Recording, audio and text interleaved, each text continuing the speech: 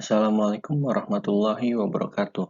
Selamat datang kembali di mata kuliah OS 4008 Morfodinamika Pantai. Pada pertemuan kali ini kita akan membahas mengenai beach monitoring atau monitoring suatu kawasan pantai atau kawasan pesisir. Dan pada segmen pertama ini kita akan membahas mengenai field measurement techniques atau teknik-teknik apa saja yang digunakan untuk mengukur di lapangan untuk keperluan beach monitoring tadi. Mari kita mulai. Sebagai pengantar dan sebagaimana yang kita sudah pelajari satu semester ini, baik itu elevasi maupun kontur dari suatu garis pantai merupakan suatu respon atau reaksi dari adanya gaya eksternal berupa gelombang, angin, maupun arus, dan juga tergantung dari suplai sedimen di kawasan pesisir tersebut.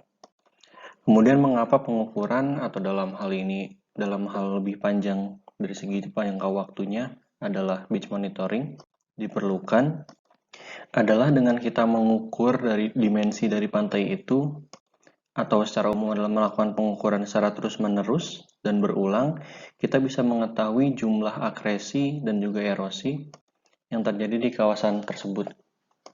Kemudian dengan waktu yang ada kita bisa menentukan atau memprediksi di masa depan, mungkin 5 tahun atau 10 tahun kemudian, perubahan profil dari garis pantainya akan seperti apa.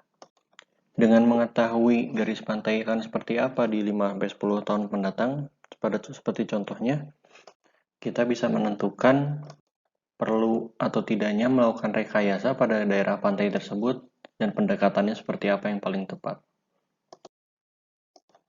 Kemudian karena pantai merupakan bentuk respon atau salah satu reaksi dari adanya gaya eksternal, maka profil pantai itu berubah sepanjang waktu atau bervariasi sepanjang waktu.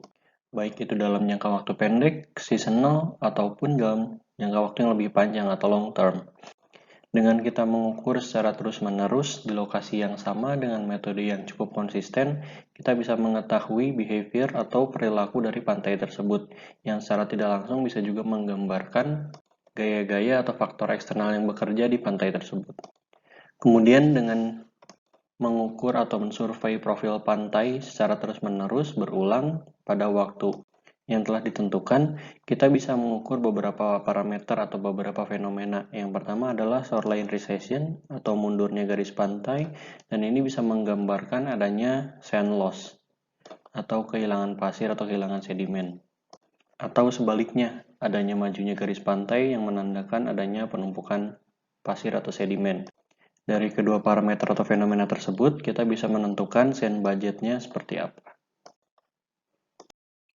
Kemudian dari segi surveinya sendiri sebenarnya seringkali ada dua pendekatan yang digunakan, yaitu pendekatan cenderung di darat, wading, atau survei di darat, dan juga buat survei untuk mengcover daerah offshore-nya. Seperti yang kita bisa lihat di gambar di kanan, ada land survey dan juga ada offshore survey. Land survey ini untuk mengcover daerah-daerah yang masih kering dan tidak bisa diakses oleh perahu atau boat. Baik untuk land survey atau offshore survey, keduanya mengacu pada benchmark yang ditentukan di sini. Kemudian benchmark digunakan untuk apa? Yaitu untuk menentukan baseline yang akurat. Agar patokan yang kita punya tidak berubah-ubah hingga akhirnya hasil yang kita ukur atau hasil yang kita survei tetap akurat dan relevan antara yang offshore dan juga yang land atau yang daratan. Kemudian bagaimana arah dari pengukuran profil pantai sendiri? Biasanya pengukuran profil pantai itu dilakukan tegak lurus terhadap garis pantainya. Jadi misalkan ada garis pantai lurus seperti ini darat, maka profil pantai yang diukur atau disurvei akan mengikuti transek seperti ini biasanya.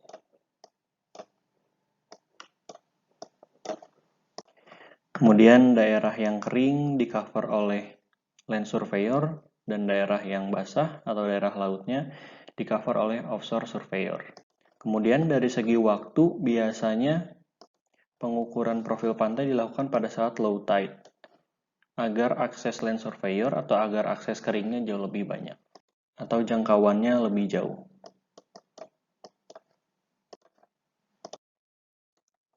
Selanjutnya selain menggunakan tenaga manusia secara langsung, baik itu land survey maupun offshore survey. Ada juga proses pengukuran profil pantai menggunakan alat atau instrumen.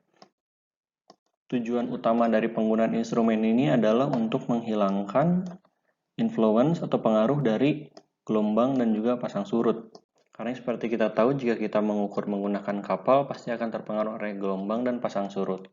Meskipun ada metode atau cara untuk menghilangkan pengaruh tersebut, baik itu menggunakan filter atau metode lainnya, tapi penggunaan instrumen dianggap dapat menyederhanakan itu semua.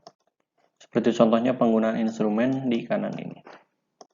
Instrumen tersebut terdiri dari pengukur kedalaman, di sini menggunakan statif atau menggunakan pole, kemudian terdapat beberapa sensor yang ada di sini.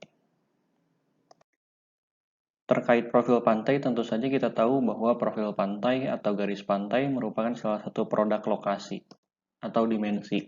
Dan untuk menghasilkan data dan ukuran yang spesifik atau akurat, kita perlu mengunci lokasi-lokasi yang ada untuk dijadikan patokan. Dan dalam hal ini, metode yang digunakan atau teknologi yang digunakan adalah GPS atau Global Positioning System.